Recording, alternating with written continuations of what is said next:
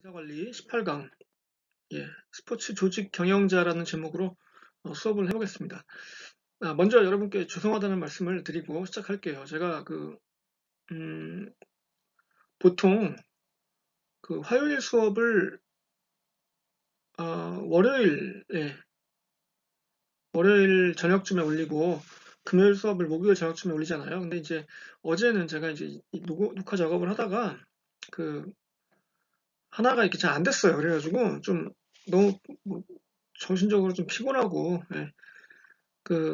기껏 막 녹화를 했는데 그게 이제 또 안 된다, 날라갔다 그러면 또 굉장히 멘붕 비슷한 게 옵니다. 그래서 좀 약간 예, 몸살 비슷한 기운이 있어서 좀 이렇게 그런 상태로 있었는데, 제가 이제 한 가지 까먹은 게 있었어요. 뭐냐면은 원래 이제 제 기존에 강의 계획서에 보면은 원래 11월 10일이 오프라인 수업으로 돼 있어서 게다가 또 이제 예정대로 온라인 수업 비디오도 올리지 않고 이러니까 학생들이 진짜 오프라인 수업이 있나 보다 하고 착각을 해서, 교실에도 갔던 학생들이 있는데, 그래서 아침에 이제 연락이 막 오고 그때가 제가 또 늦게 일어났어요. 또 몸이 좀 안 좋아가지고. 그래서 그걸 거의 12시 다 돼서야 확인을 해가지고, 학생들한테 너무 죄송하게 생각합니다. 제가 바로바로 공지를 올리거나 이렇게 했어야 되는데 그걸, 좀 생각을 못했어요. 그래서 너무 죄송하고요.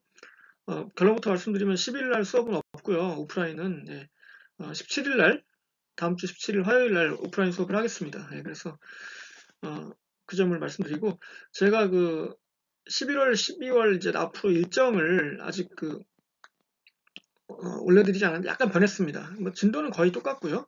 이제 과제가 약간 바뀌고 뭐 조금 이제 숫자를 줄였어요, 제가. 그래서 이제 배점이나 이런 게 약간 바뀐 게 있으니까 그거를 제가 올리는 공지를 잘 확인하셔서 따라하시면 될 겁니다. 그러니까 여러분들 숙제가 더 많아지진 않았어요. 일단 더 적어졌으니까 그거에 맞게 해주시면 되고, 여러분이 보내주신 그동안의 시험 말고 과제들은 채점을 제가 하고 있는데, 이게 좀 이상하게 오래 걸립니다. 좀 이렇게 에드워드로 하다 보니까 이걸 거기서 다운받아가지고 뭐 쪽지로 보내고 이러기가 너무 힘들어가지고 하여튼간 좀 생각보다 오래 걸리고 있는데, 제가 빨리 해드리도록 할 테니까 여러분 너무 걱정하지 마시기 바랍니다. 다시 한번 죄송하다는 말씀 드리고, 혹시 오늘 수업에 왔던 학생들은 모르고, 그 다음 시간에 제가 만났을 때 작은 선물을 하나씩 드리도록 하겠습니다. 그래요. 죄송해요. 그래서 오늘 수업을 진도를 나갈 겁니다. 오늘은 이제 스포츠 조직의 경영자, 뭐 경영학의 일반적인 CEO, 뭐 혹은 경영자론에 대한 겁니다. 그러니까 이게 뭐 꼭 스포츠 조직이라고 해서 크게 다르진 않죠. 하지만 스포츠 조직에서 또 다른 점도 있죠. 그러니까 이제 그런 얘기를 한번 해보도록 하겠습니다. 다음 장으로 넘어가시죠.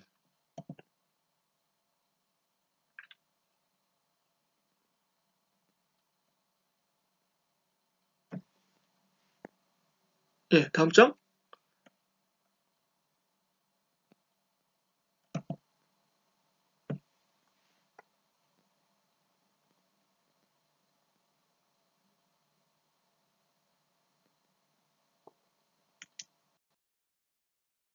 죄송합니다. 이게 좀 녹화가 좀 매끄럽지 않은데, 경영의 정의를 보겠습니다. 경영에 관한 세 가지 공통된 요소 해가지고, 이거는 공통된 요소라기보다는 일종의 전제 조건입니다. 경영을 할 때 우리가 뭐 어떤 회사의 사장으로 갔는데 내가 모든 조건이 완벽해. 뭐 내 마음대로 사람도 갖다 쓸 수 있고, 뭐 돈도 마음대로 쓸 수 있고, 모든 문제가 하나도 없다. 그러면 뭐 좋겠지만 사실 재미도 없겠죠. 근데 대부분은 어떤 제약 속에서 일을 하게 돼요. 이게 뭐냐면 이제 어떤 목표가 있죠. 예. 그 회사나 조직이나 뭐 스포츠 팀이나 다 목표가 있습니다. 뭐 스포츠 팀의 경우 뭐 일부 리그 잔류가 목표인 팀도 있고 무조건 우승인 팀도 있고, 리빌딩도 하면서 성적을 어느 정도 내는 게 목표인 팀도 있고 다 달라요. 그래서 뭐 골과 오브젝티브 약간 뭐 장기 단기 얘기를 예전에 했습니다만은 이런 목표가 있어요. 어떤 뚜렷한. 자, 그런데 한정된 자원이 있습니다. 예를 들어서 뭐, 쓸 수 있는 돈의 그 한계가 있다든가 예산 이런 게 있죠. 대부분 다 예산에 제약이 있죠. 특히 뭐 정부 부서에서 예를 들어서 항상 일할 때 문제가 뭡니까? 예산이죠. 예산이 부족해서 뭐 어, 대부분 이제 어떤 거에 우선적으로 집행을 할 거냐 이게 가장 중요한 문제죠. 그리고 사람을 통한 활동. 어차피 이 경영이라는 것도 글쎄요 결정을 내리고 뭐 문제를 해결하고 이런 게 따지고 보면 다 그 지지고 볶는 그 인간 간의 그 활동이고 인간 간의 그 관계예요. 그쵸? 그러니까 이게 사실 제일 어려운 부분은 세 번째라고 봐야 돼요. 왜냐하면은 어, 뭐 사람을 예를 들어서 뭐 해고를 해야 한다든가 아니면 뭐 사람과의 갈등을 해결한다든가 이런 문제는 굉장히 어려워요. 여러분들 직장에 들어가서 이제 아시겠지만 그 일 자체가 어려워서 뭐 힘들고 관두고 이런 경우 별로 없습니다. 대부분 다 그 인간 간의 갈등. 예, 너무 힘들어요, 그게. 예, 그래서 이제 그런 문제를 이제 조정하고 해결하는 이런 역할이 필요하죠, 경영자에게. 예. 그래서 이제 스포츠 경영이라는 거는 이제 뭐 일반적인 경영의 큰 틀에서 벗어나지 않지만 또 나름의 독특한 점이 있는데 이제 이 책에 나온 정의를 보자면은 뭐라고 되어 있느냐? 스포츠 서비스 뭐 혹은 재화, 예, 그 물건, 그쵸? 예, 제품이나 서비스의 효율적인 생산과 교환을 위해 한정적인 인적 자원과 물적 자원, 그 위에 보면 나왔죠? 한정됐다고? 예. 적절한 기술, 그리고 환경적인 우연성을 조정하는 분야. 예, 이런 것들을 다 이제 대처하고 그 해결해야 된다. 이런 것들이 스포츠 경영이다. 뭐 이런 얘기죠. 예. 자, 경영의 기능이라고 나왔는데, 이거는 이제 했던 겁니다. 우리가 뭐 여러 번 했던 거죠. 제가 뭐 여러 번 강조했었고 시험에도 냈었고 여러분들이 뭐 잘 써주셨는데, 예. 이 네 가지가 있죠. 예.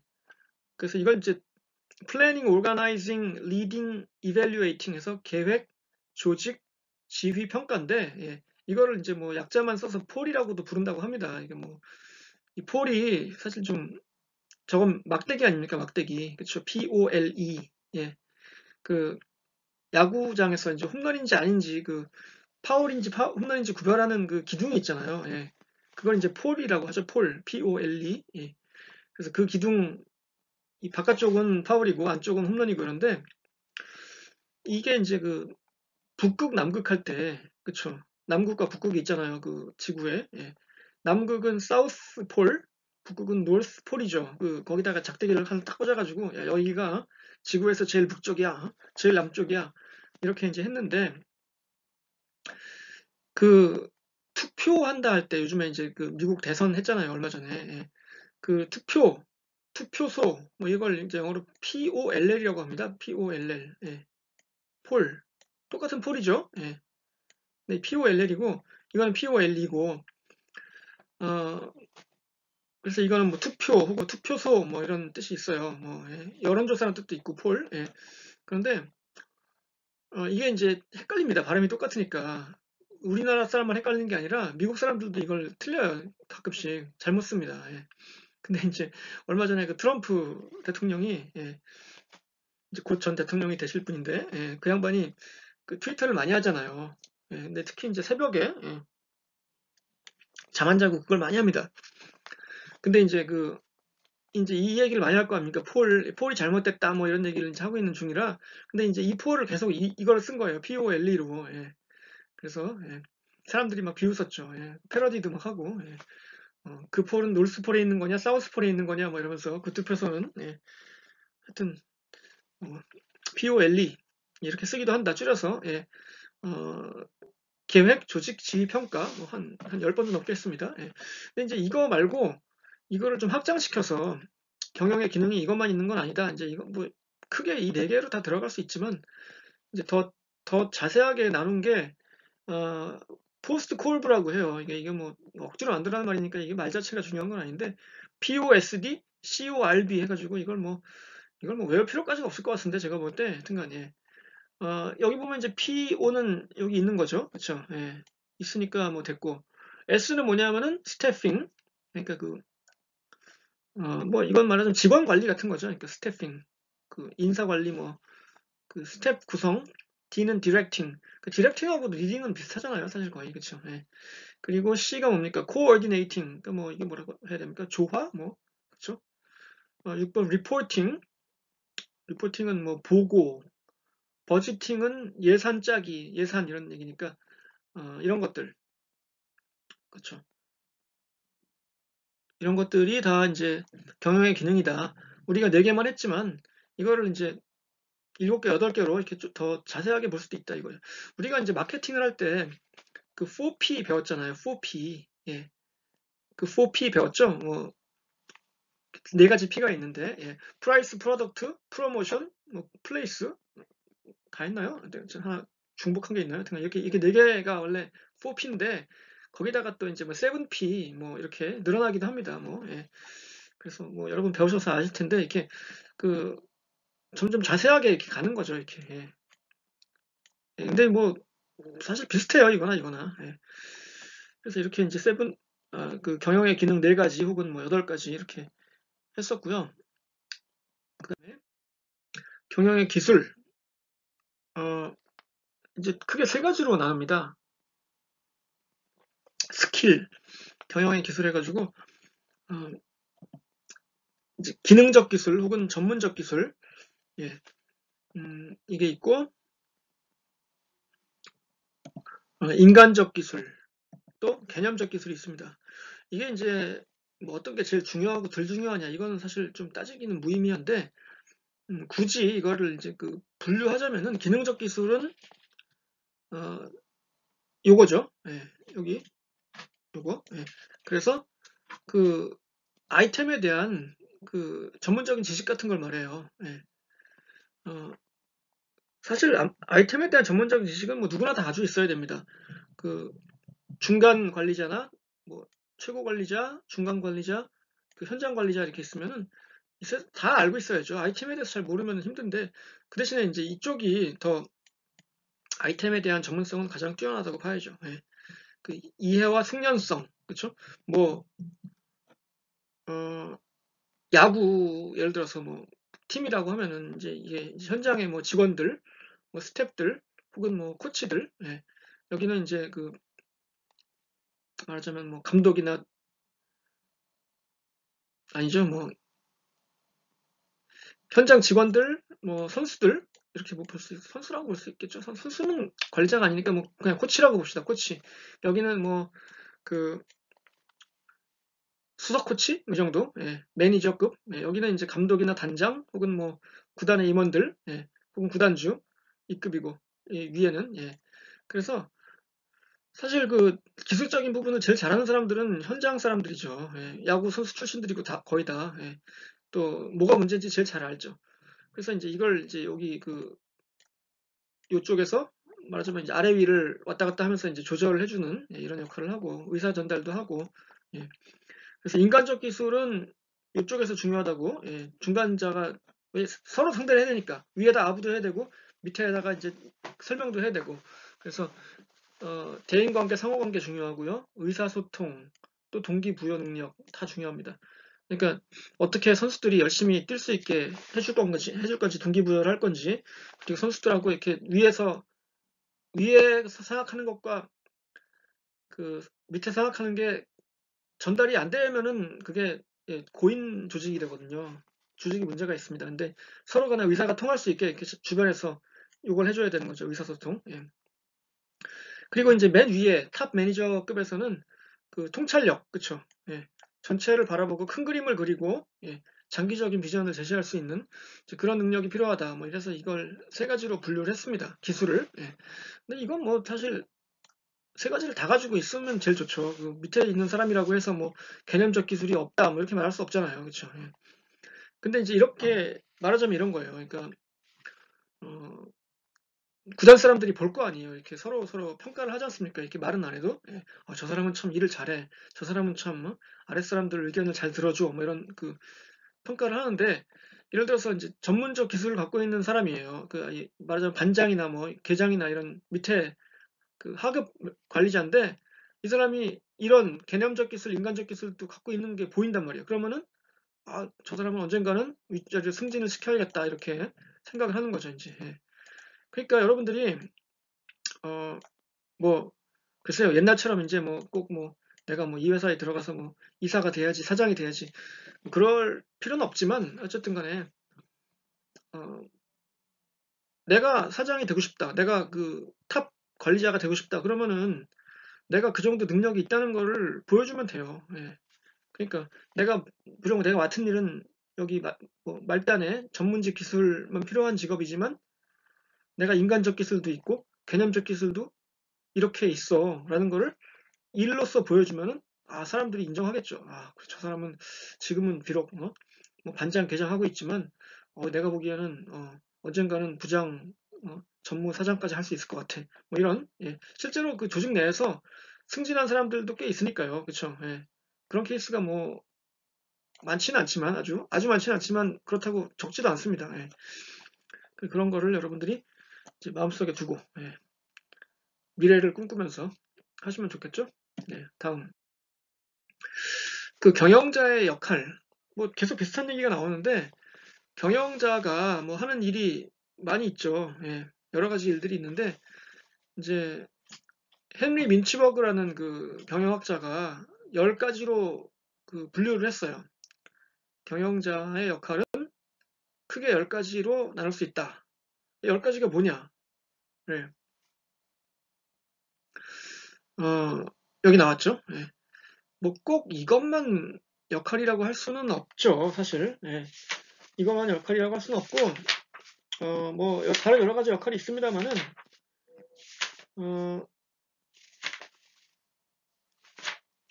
일단 10가지를 봅시다.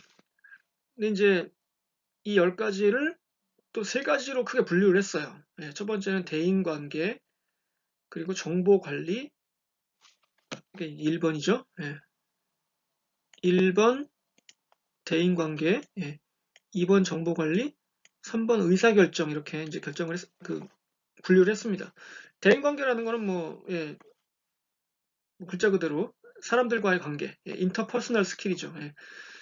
이걸 잘하는 사람도 있습니다. 이렇게 그 말을 할 때도 이렇게 굉장히 어, 정확하고 이렇게 거부감이 없이 하는 사람들이 있죠. 근데 말을 할 때 이게 되게 차갑고 예, 냉정하고 정이 떨어지는 사람이 있다고 합니다. 예. 그 저희 와이프가 예, 저한테 그렇게 얘기를 해요. 그러니까 뭐냐면은 제 말투가 굉장히 좀 뭐랄까요?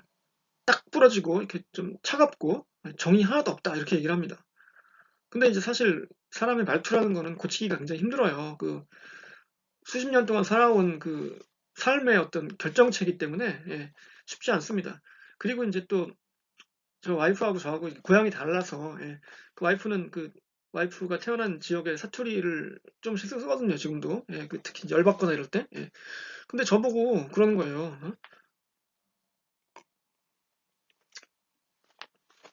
말이 차가우니까 응? 싸우는 것 같다 이거예요. 그냥 말을 해도. 그래서 어, 사투리로 해달라 나한테 그러더라고요. 그래서 제가 사투리를 배웠죠. 물론 이제 그 동네 그 와이프가 태어난 동네 사투리를 배우긴 했는데 그렇다고 그게 제가 이게 네이티브 스피커가 아니니까 익숙하지 않잖아요. 그리고 흥분하거나 이렇게 열받을 때는 자기도 모르게 고향 말이 나오는데 예, 어떻게 거기서 그 말을 합니까 제가. 그래서 난 힘들다 그게 막 그랬더니 뭐 그렇게 해달라고 자꾸 얘기를 하더라고요. 근데 하여튼 뭐 근데 이제 사실 그 말을 제가 이제 와이프한테만 들은 게 아니고 다른 사람들한테도 똑같은 얘기를 들은 적이 있거든요. 그러니까 이제 그 말이 사실일 가능성이 매우 높죠. 그래서 어떻게 이 대인관계를 뭐 부드러운 말투, 뭐 상대방을 배려하는 말투, 뭐 어휘의 선택이라든가 그 어법 뭐 이런 것들이 굉장히 중요하거든요. 예. 대인관계 중요합니다. 예. 대인관계로서의 역할이 뭐가 있냐? 경영자의 역할, 어떤 조직을 대표하는 역할이 있죠. 피규어헤드, 예. 대표 역할이 있고, 리더, 뭐 리더나 대표나 뭐 사실 그게 그거죠. 예. 그리고 연결. 자, 연결이 이게 아주 중요하죠. 이게 liaison 하면 이게 원래 불어인데 이게 영어로도 씁니다. 그래서 음, 이게 보통 말을 옮기다가 예, 그 전달이 잘못돼 가지고 그 오해가 벌어져서 그 싸움이 벌어지는 경우가 꽤 있습니다. 여러분도 경험하신 적 있을 거예요. A하고 B하고 A하고 B 사이에 내가 있는데 나는 A하고도 C하고도 친합니다. 내가 B라고 치고 그런데 어떻게 내가 중간에 끼어가지고 이상하게 애매하게 그 뭐 A하고 C하고 싸우는데 내가 되게 입장이 난처해진 적이 있을 거예요. 근데 이제 A하고 C 둘 다 그 싸움의 원인으로 나를 지목할 때 네가 중간에서 이상한 짓을 해서 그래 뭐 이렇게 나는 하느라고 했는데 뭐 이런 그 경험이 있을 거예요, 여러분 다. 그럴 때 참 답답하죠. 근데 하여튼간 근데 이런 일이 많이 벌어져요. 실제로 그 회사에서도 그렇고 무슨 어떤 모임이든 사람이 세 명이 있으면 이상하게 싸움이 납니다. 자꾸 이상하게. 그리고 이제 한 명은 이제 약간 소외되는 경우도 있고 그래서 이런 걸 잘해야 돼요. 이게 되게 중요한 역할입니다. 근데 이런 거는 사실 학교에서 배우지 않잖아요. 어떻게 하면 좋은 연결자가 될 것인가 이런 걸 뭐 시험을 보는 것도 아니고 그렇죠. 이게 이런 기술은 배우기 힘들어요. 굉장히 자기가 스스로 터득해야 돼요. 자, 2번 정보 관리. 정보 관리는 근데 이게 한 가지 제가 말씀드려야 될 게 이게 지금 이 헨리 민츠버그가 이 이론을 말한 게 언제냐면요. 굉장히 오래됐습니다. 1975년이에요. 그러니까 여러분들 생각할 때 1975년 그러면 까마득한 옛날 아닙니까? 벌써 한 45년 전인데 그 까마득한 옛날이라 여러분들이 아마 실망할지도 몰라요. 아니 이게 뭐 이렇게 구닥다리 이론을 지금 가져와서 이게 맞겠어? 그렇죠. 사실 맞아요. 그 말이 75년이면은 그때는 아직도 그 공장에서 막 굴뚝 뭐 펑펑 떼고 그럴 때거든요. 제조업 시대. 그러니까 지금의 그 IT 지식정보 산업 기반의 사회하고는 완전 다르죠. 그 일하는 사람들의 그 특성도 다르고 세상도 다르고 다른데 그게 분명히 이제 새로운 이론이 나와야 됩니다. 이걸 여기 이거 말고도 다른 여러 가지 역할이 필요할 텐데 어쨌든 이 이론은 1975년 그 사회 경제 현상을 바탕에 두고 만든 이론이라는 걸 여러분이 일단 참고하세요. 그래서 그 당시에는 정보라는 게 지금하고는 이제 뭐 정보의 양이랄까 이런 게 지금과는 비교할 수 없죠. 지금은 뭐 절대적인 정보의 양을 따지면은 그때의 정보가 지금의 뭐 10분의 1도 안 될 겁니다. 아무튼 그런데 당시 그 경영자의 정보에 관한 역할은 이렇게 보통 세 가지로 봅니다. 청취자, 전파자, 그리고 대변인. 청취자라는 거는 이제 듣는 거죠. 그 직원들이 뭘 원하는지 이런 걸 이제 직접 들어서 뭐 혹은 뭐 그 중간 관리자를 통해서 들어서 이런 일이 지금 회사에서 벌어지고 있고 내가 이런 걸 신경을 써야겠군 뭐 이런 게 그런 듣는 역할이 되게 중요했다는 얘기죠. 청취자. 전파자. 전파자는 뭐냐면 disseminator라는 단어가 조금 어렵죠 이게. 어려운데 이게 사실 그렇게 어려운 단어는 아닙니다. 여기 보면 semin이라는 단어가 있죠. semin. S-E-M-I-N. semin. 어, 이 단어를 여러분이 영어로 찾아보시면 사전에 뭐냐 하면요. 이게 이제 그 동물 있지 않습니까? 동물의 그 수컷의 그 정액 이런 뜻입니다. 그 정자, 정액 이런 뜻이에요. 그래서 아니 전파자한테 왜 갑자기 그뭐 이상한 생물학 얘기를 하고 있나? 근데 이제 들어보세요. 그 이게 정자, 정액 이런 뜻인데 그래서 정액을 어떻게 하는 겁니까? 막 뿌리는 거예요. disseminate 하면은 OR은 이제 뿌리는 사람이겠죠. disseminate 하면은 그 정액을 막 뿌린다. 이게 정액을 뿌린다는 얘기는 뭡니까? 이게 막 씨를 퍼뜨리고 다닌다는 얘기잖아요. 그러니까 어, 이게 그 생명체가 있잖아요. 그쵸? 생명체는 그 무슨 본능이 있습니까? 종족 번식의 본능이 있잖아요. 나 혼자 죽어서 내 종이 멸종되면 안 돼. 나하고 똑같이 생긴 놈들을 많이 만들어서 내가 죽더라도 우리가 계속 유지해야 돼. 뭐 이런 그런 게 다 있습니다. 특히 옛날에 이제 그 어른들 보면은 어? 아들을 낳아서 대를 이어야 된다. 뭐 이런 그 집안에 대가 끊기면 어떡하냐. 뭐 이런 얘기 많잖아요. 옛날에 그렇죠? 그래서 그 disseminate 하면은 이제 꼭 뭐 정액이 아니더라도 원래 정액에서 출발했어요. 그 단어의 오리진은. 근데 정액이 아니더라도 무슨 사상이나 이념 이런 이런 것들을 퍼뜨리다, 전파하다 이런 뜻이 돼요. disseminate가. 예. 그래서 disseminator 하면은 예, 그렇게 하는 사람. 그러니까 어떤 뭐 뉴스나 그쵸? 예, 이런 것들을 알려주는 사람이죠. 예, 그 경영자가 그런 역할도 한 거예요. 직원들한테 야, 우리가 지금 이런 상황이라서 뭐 어려우니까 좀 더 분발하자든가 뭐 아니면은 뭐 지금 우리 회사가 영업 실적이 이렇게 안 좋아서 뭐 보너스는 없다 당분간 뭐 이런 이런 뉴스를 전파한다든가 이런 역할도 했다는 얘기입니다. 예. disseminator. 예. 이런 단어 아시겠죠? 예. 시작은 세민, 예. 정액, 정자 이거에서 시작하는 단어였다. 이거죠. 이 단어는 그러니까 안 잊어버리겠죠. 이런 식으로 외우면은 예. 대변인, 스포크스퍼슨. 원래는 이제 스포크맨이라고 했었는데 스포크스맨 이제 근데 왜 남자만 대변인이냐 여자도 있지 않냐 그래서 스포크스퍼슨으로 바뀌었죠. 예.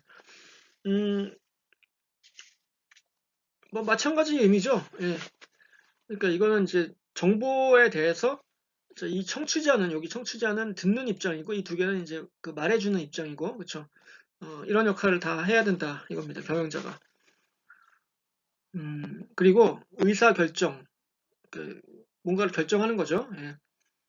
그 기업가, entrepreneur 이 단어가 좀 어렵죠. 이게 원래 뭐 불어에서 온 것 같아요. 그러니까 entrepreneur 해가지고 이걸 이제 영어로도 그대로 씁니다. 예, 그래서 entrepreneurship 하면은 이제 그 뭐 기업가 정신 이런 식으로 많이 써요 단어를.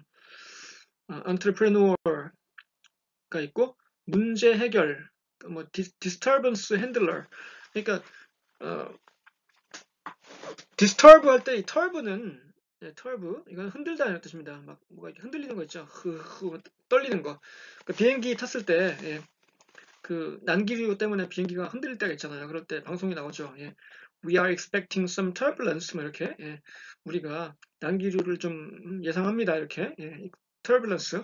마찬가지로 disturbance 하면은 그래서 막 흔들리는 거예요. 이렇게 막 문제가 생겨가지고 막 이렇게 떠들썩하고 흔들리고 이렇게 그런 게 생겼을 때 핸들하는 사람. 그래서 이런 역할 당연히 해야죠. 자원 분배. 아까 했던 그 리소스 한정된 리소스를 뭐 보너스가 될 수도 있고 아니면 뭐 복지 혜택이 될 수도 있고 뭐 아니면 예산이 될 수도 있고 이런 것들을 어떻게 집행하느냐 나눠주느냐 공평하고 정확하게 해야지 사람들이 이해하죠. 그리고 따라오죠. 안 그러면 뭐 안 하죠. 네고시에이터 협상가 이런 역할을 다 한다고 합니다. 예. 자, 뭐 아까 이제 얘기했지만 이거는 이제 75년도 얘기니까 지금은 그러면 어떤 걸 더 넣을 수 있을지 어떤 게 더 들어가야 할지 여기서 뭐 빠져야 될 건 없는 것 같아요. 제가 봐도 뭐 이거는 뭐 이런 게 지금은 뭐 말이 돼? 이러면서 뺄 수는 없을 것 같고 아마도 뭐 더 들어가야 되는 게 어떤 게 있을지 한번 여러분이 생각해 보시면 좋을 것 같아요. 예. 자, 그러면은 이게 경영자의 역할과 위치 뭐 얘기는 했고 스포츠 상황에서 어떻게 다른가 이 얘기를 한번 해보면은 그 이 스포츠 팀의 뭐 단장이나 감독 이런 사람들의 역할을 보면은 기업의 경영자 역할하고 굉장히 비슷합니다. 보시면 이런 여러 가지 일들을 다 하죠. 그래서 재밌는 게 감독이라고 할 때 보통 뭐 다른 종목은 뭐 모르겠어요. 축구는 어떻게 부르는지 모르겠는데 농구나 뭐 기타 종목은 헤드코치라고 부릅니다. 감독을 헤드코치. 예. 그런데 야구, 특히 메이저리그 야구의 경우 감독을 매니저라고 불러요. 매니저. 그쵸? 여러분도 아시죠? 그거? 예, 매니저. 그 얘기가 이 감독이 하는 일 자체가 그 기업의 경영자가 하는 일과 매우 비슷하다 이거죠. 예. 뭐 때로는 선수들의 의견을 들어서 전달도 해줘야 되고 대신 구단의 입장을 얘기해줘야 될 때도 있고 때로는 협상도 해야 되고 팀 내 문제가 생겼을 때 그걸 해결도 해야 되고 중재도 해야 되고 뭐 여러 가지 그 역할이 있습니다. 예. 음, 그래서 이제 매니저라는 그 이름을 붙인 걸 보고 그 일본 사람들도 그래서 이제 감독을 부를 때 일본 프로야구에서 감독을 마네자라고 부릅니다. 마네자. 매니저를 일본식으로 발음한 게 이제 마네자인데, 예, 마네자상 그래요. 예, 상이라는 거는 이제 누구누구 씨 뭐 혹은 존칭이니까, 예, 뭐 마네자상 이렇게 부르기도 하는데, 음, 그 스포츠 조직의 특성, 과연 그 기업에서의 그 경영자 역할과 그 스포츠 조직에서의 그 감독이나 뭐 혹은 단장의 역할 어떻게 다를지 같을지, 예, 물을 좀 흘렸네요. 예, 그 한번 생각해 보시고, 예, 그럼 좋을 것 같아요. 예, 다음 장. 자, 이것도 뭐 앞에서 했던 얘기를 다시 정리한 겁니다. 그 경영 과정에 계약해가지고, 이거는 했었죠. 네 가지, 예, 경영 기능 네 가지, 왼쪽에, 계획, 조직, 지휘, 평가, POLE, 자, 했고요. 그 다음에 가운데도 했습니다. 그래서 이거는 이제 뭐, 다 했던 거라서, 예, 어, 어떤 게 어디에 해당되나 이제 굳이 따지자면은 이렇게 이제 연결을 질 수 있다는 얘기예요. 그래서 계획에 해당하는 게 요 내용이고요. 예. 계획은 약간 개념적 기술에 해당하고, 아까 큰 그림이라고 했죠? 예, 그 최고 경영자들이 하는 것들. 그리고 역할로 따지면 청취자, 전파자, 기업가고, 어, 조직에 해당하는 거는 요거다 이거죠. 협상과 자원 분배, 문제 해결. 예, 이것도 이제 개념적 기술이에요. 예, 여기도 이런 데로 옵니다. 예. 그다음에 지휘에 해당하는 거는, 예, 인간적 기술 리더 이거고요. 예. 평가에 해당하는 거는 기능적 기술입니다. 이거는 이제 뭐 따로 나와 있습니다. 이렇게 이걸 뭐 이제 그동안에 종적으로 봤다면은 이제 횡적으로 한번 본 거예요. 이 그 경영에 관한 여러 가지 기술들, 역할들, 기능들 이런 게 어떤 게 어디로 해당하는지 뭐 이렇게, 예, 표로 그려서 보면 좀 이해하기 쉬울 것 같다 해서 이렇게 봤습니다. 자, 경영 과정의 보편적 성향 이게 과연 그러면 이제 우리가 특정 영역에서의 경영자의 역할을 봤을 때 그걸 다른 쪽에도 적용할 수 있나 뭐 이런 거, 예, 그 얘기를 한번 해보려고 하는데, 먼저 이제 라빈스라는 사람이 1997년도에 했던 얘기를 보시면은 경영은 뭐냐, 예, 사람과 함께 사람을 통해 아까 이제 with people through people, 예, 그거죠. 예, 효율적으로 활동들을 완수하는 보편적인 과정이다. 뭐 별얘기 없습니다. 다 그 얘기가 그 얘기예요. 예, 그래서 여기를 보시면은 이제 사업, 뭐 일반적인 기업체의 경우가 있고, 병원이 있고, 군대가 있고, 스포츠 조직이 있습니다. 이게, 음, 글쎄요, 뭐, 어떤 사람이 예를 들어서 한 분야에서 잘했어요. 경영자가. 예, 굉장히. 예. 그래서 이제 다른 분야로 스카우트가 되는 경우 있잖아요. 뭐 예를 들어서 뭐 기업에서, 예, 굉장히 잘해서 뭐 정치로 간다든가, 아니면 뭐 군인이었는데 제대하고 뭐 병원장으로 온다든가 뭐 이런 경우가 있을 수 있잖아요.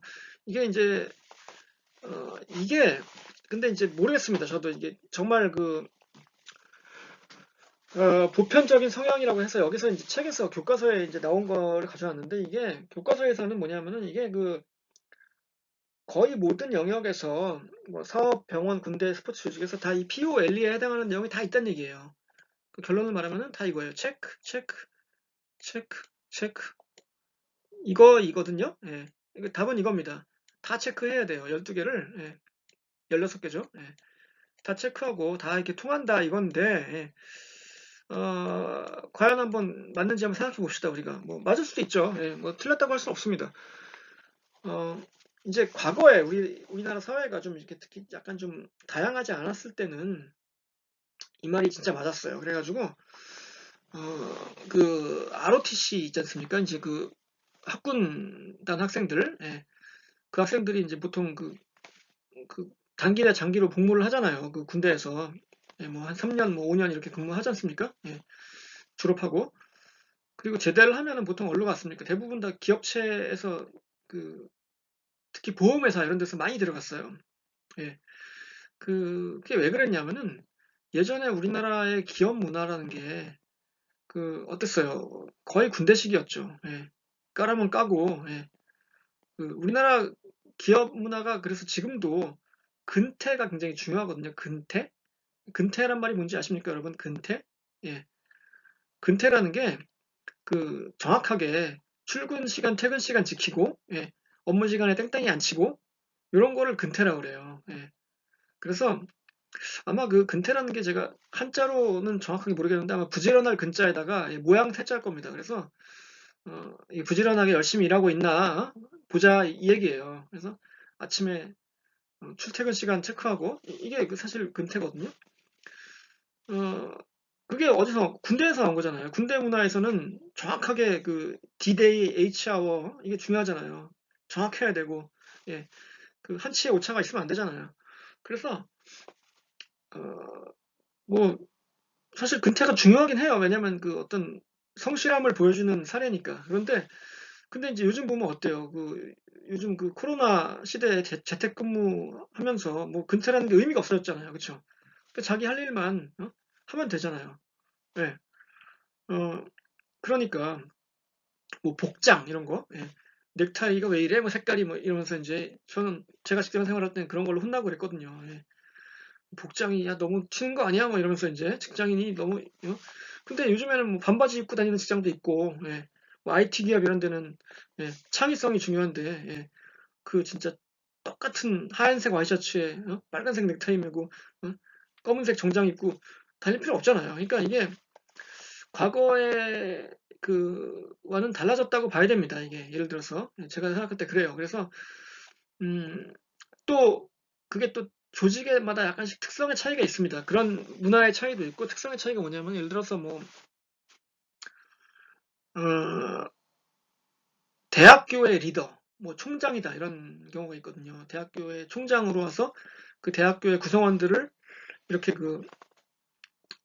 지휘하고 이끄는 자리에 왔다 이거예요. 총장은 대부분 예전에는 대학교 총장은 뭐였냐면은 교수가 있습니다. 예, 교수 생활을 오래 한 나이 드신 교수님들이 총장이 됐어요. 그러니까 이제 자기도 옛날에 교수였으니까 학교 사정을 잘 알고 뭐 이래서 이제 리드를 하고 그랬는데 학자니까. 근데 한때 유행이 뭐였냐면은 이 대학도 이 기업식으로 운영을 해야 된다 이런 주장이 나왔고 또 그런 유행이 있었어요. 그래서 뭐 기업체 경영자들을 막 대학 총장으로 데려오고 이런 일이 있었습니다. 제가 다니던 학교 예전에 미국에서 예, 실제로 그런 적이 있었어요. 예, 뭐 대학 교수 경력은 거의 없는 사람이 총장이 됐습니다. 그러니까 이제 그런 사람은 어때요? 기업의 문화를 대학에 이제 접목시키려고 하죠. 내가 기업에서 이렇게 해서 성과를 냈으니까 똑같이 대학에서도 할 수 있어. 해야 돼. 이렇게 얘기를 하는데 근데 이제 기업체의 구성원들과 대학의 구성원들은 굉장히 다르거든요. 예. 대학의 구성원들은 일단 교수님들이 있고 학생들이 있잖아요. 근데 굉장히 자유스러워요, 분위기가 기업체에 비해서. 그렇지 않습니까? 대학 교수님들은 어때요? 다 자기 방이 딱딱 있어가지고 자기 세계가 뚜렷해요. 그렇죠. 보통 신문사 이런 데는 어떻습니까? 건물 한 층이 탁 트여 있잖아요. 예. 그래서 뭐 진짜 아주 간부 아니면은 다 똑같이 뚫린 공간에서 일을 합니다. 그리고 서로서로 영향을 많이 주고받고. 그런데 교수님들은 다 자기 방이 있어가지고 거기서 연구만 해요. 예, 그쵸. 그러니까 이 문화도 다르고 성격도 다르고 그 기업체에서 했던 방식을 그대로 가져와서 이렇게 하세요라고 하면은 안 합니다. 예, 안 하고 반발도 있어요. 우리가 왜 그걸 해야 돼? 뭐 이렇게 따집니다 또. 예. 그래서 어, 물론 뭐 기업의 문화 중에 좋은 점도 있죠. 예, 대학이 받아들여야 될 부분도 있긴 한데 그걸 되게 무작정 강요하면은 역효과가 날 수도 있어요. 실제로 그래서 예, 많은 부분에 역효과가 나고 있고 예, 어, 그렇거든요. 우리나라도 중앙대학교 같은 학교 보면은 두산그룹이 인수한 다음에 예, 그 기업의 문화를 대학에 많이 접목시키려고 하고 있어요. 그래서 부작용도 좀 있고 그렇습니다. 하여튼 이게 그래서 음, 뭐 무작정 다 통한다 이렇게 말하기는 쉽지 않아요. 예. 되는 것도 있고 안 되는 것도 있고 조심해야 될 부분도 있고 그렇습니다. 내가 예를 들어서 군대에서 대령으로 제대를 해가지고 회사를 차렸는데 직원들을 군대식으로 얼철해주고 이러면 안 되잖아요. 큰일 나죠, 그러면. 예. 그러니까 그 이게 이제 세상이 바뀐 거를 감안해서 해야 됩니다. 그 스포츠 조직이 예전에는 굉장히 군대 같았어요, 우리나라가. 뭐, 모르겠습니다. 여러분들도 지금 체대생들도 많고 그런데, 예. 체대의 문화가 특히 그렇죠. 예, 체대는 아무래도 서열이나, 예, 선후배 이런 관계 굉장히 중요하고, 예. 뭐 또 그 자체에 또 미덕이 있습니다, 분명히. 예, 서로가 이제 선배를 존중하고, 예, 그런데 이제 그런, 나쁘게 보면 약간 강압적이다 이렇게 생각하는 사람도 있잖아요. 그러니까 이제, 어, 과연 그렇게 하는 게 이제 시대가 바뀌었는데, 예, 뭐, 계속 해야 되냐. 이런 거는 경영자들이 항상 생각해야 돼요. 예. 우리 조직의 문화는 어떻지? 이거는 좀, 예, 아닌 것 같아. 이러면, 이건 더 이상 지금 시대가 바뀌었는데, 예, 안 돼. 뭐, 이렇게. 예. 어, 제가 이제 최근에 읽은 책 중에 90년생이 온다라는 책이 있거든요. 지난번에 한번 말씀드린 것 같은데, 예. 그 책에서 이제 젊은 직원들이, 여러분들도 이제 90년대생이 많잖아요. 뭐 2000년대생도 있지만, 여러분들이 이제 직장을 들어가 보면은 아직도 그 옛날 사람들 있잖아요. 뭐 70년대, 저같이 70년대생들이 뭐 부장으로 있고 그러면은 그 사람들은 자기가 이제 젊었을 때 자기가 느꼈던, 배웠던 이런 가치관을 지금도 갖고 있습니다. 아무리 전날 술을 새벽 4시까지 먹었어도 말이야, 정시에 출근해야지. 이거 빠져가지고 이 자식들이, 어? 어? 아니, 무슨 생리휴가를 이렇게 많이 써? 뭐 여직원들한테 특히. 예. 아닙니다. 생리휴가는 써야 됩니다. 여러분, 그, 모르겠어요. 그 계명대학교는 모르겠는데, 제가 다른 학교에서 수업을 하고 할 때 보면은 학생들이 그, 예, 생리휴가를 냅니다. 공결로. 예. 그게 있어요. 그게, 뭐죠? 공식 문서가 있어서 생리나 뭐 어쨌든 자기가 몸이 안 좋을 때, 예, 그걸 이유로 그 수업을 빠질 수 있습니다. 뭐 너무 많이 빠지면 좀 곤란하지만 하여튼간, 예. 그러면 제가 인정해 줍니다. 결석을. 예. 공결로. 예. 뭐 그런 식으로. 근데 이제 그런 걸 이해 못하는 사람들도 있어요. 지금도. 아니, 어? 어? 그거 일일이 다 생리휴가 주면 언제 일하나? 뭐 이런 식으로 이제, 예. 그러면 이제 충돌이 일어나는 거죠. 90년생들은 그 직장 안 다닙니다. 그러면은, 예. 저런 꼰대 밑에서 내가 직장을 다니다니 이러면서 이제, 예, 안 다녀요. 예. 그러니까 그 서로가 이해할 수 있게 접점을 찾아야죠. 예, 강요하면 안 됩니다. 큰일 나요. 예. 아무튼 자, 이제 거의 다 왔습니다. 경영과 행정, 이게 두 개가 어, 뭐 비슷하죠. 그래서 어떨 때는 이 두 개를 이제 뭐 상호 교차해서 쓰기도 합니다. 뭐 경영학, 행정학.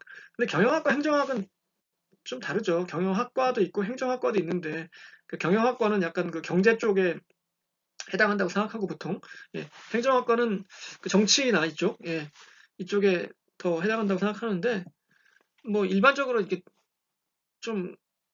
좀 거칠게 분류해 보자면은, 경영은 정량화할 수 있는 목표, 영리 조직, 뭐 주로 기업체에 해당한다고 하고, 행정은 정량화할 수 없는 목표, 가치, 정책, 전략, 특히 정부, 예, 그래서 이제 퍼블릭 어드미니스트레이션이라고 해요. 행정학을 영어로. 예. 퍼블릭이라는 게 이제 공적인 뜻이니까 정부에서 일할 때, 예. 퍼블릭 어드미니스트레이션. 정부나 비영리 조직, NGO 같은데, 그쵸? 시민단체, 뭐 이런데. 근데 이게 뭐 꼭 그렇습니까? 그리고 이제 스포츠에서, 그래서, 그럼 스포츠 매니지먼트냐, 스포츠 어드미니스트레이션이냐, 이것도 이제 거의 대부분은 스포츠 매니지먼트라고 씁니다. 왜냐하면 이제 뭐 영리 조직이니까 뭐 프로 스포츠 팀, 그쵸? 예. 그런데 비영리 조직의 스포츠 팀도 있거든요. 예를 들어서 학교 이런데, 예. 학교에 뭐 무슨 뭐 저기 뭐 구청, 시청 이런데 스포츠 팀 많거든요. 예. 올림픽 종목은 대부분 다 무슨 시청이나 뭐 구청 이런 데서 가지고 있습니다. 그런데 비영리 조직이잖아요. 그러니까 이제 행정이 더 어울리죠. 그래서 스포츠 매니지먼트라고도 하고 스포츠 어드미니스트레이션이라고도 하는데, 예. 음, 스포츠 매니지먼트라고 부르는 데가 더 많습니다. 근데 이제 저는 처음에 약간 그래서 약간 좀 놀랐어요. 제가 다녔던 프로그램이 스포츠 어드미니스트레이션이었어요. 플로리다 스테이트 유니버시티 스포츠 어드미니스트레이션으로 제가 학위를 받았습니다. 그래서 스포츠 매니지먼트가 아니고 근데 이제 뭐 딴 사람들하고 얘기할 때는 그냥 스포츠 매니지먼트라고 하죠. 뭐 그래야 뭐 쉽게 알아들으니까. 그래서 이 두 개를 이제 같이 쓰기도 한다. 뭐 이런 얘기입니다. 그래서 실상은 별 구별 없이 사용하니까 뭐 여러분 헷갈리지 마시고 그냥 뭐 쉽게 쓰시면 됩니다. 그래서 그런 얘기까지 오늘 좀 해봤는데 오늘 얘기가 좀 약간 지루했은 것 같아요. 왜냐면 별로 뭐 이렇게 이해도 안 나오고 하여튼 그랬는데 아무튼 여러분 아까 얘기했지만 죄송하고요. 어, 11월, 12월 스케줄하고 과제 일정까지 다 제가 올려드릴 테니까 여러분 꼭 확인하시고 준비 잘 해주시기 바라고요. 11월 17일 날 오프라인 수업 때 뵙겠습니다, 여러분. 안녕히 계십시오. 감사합니다.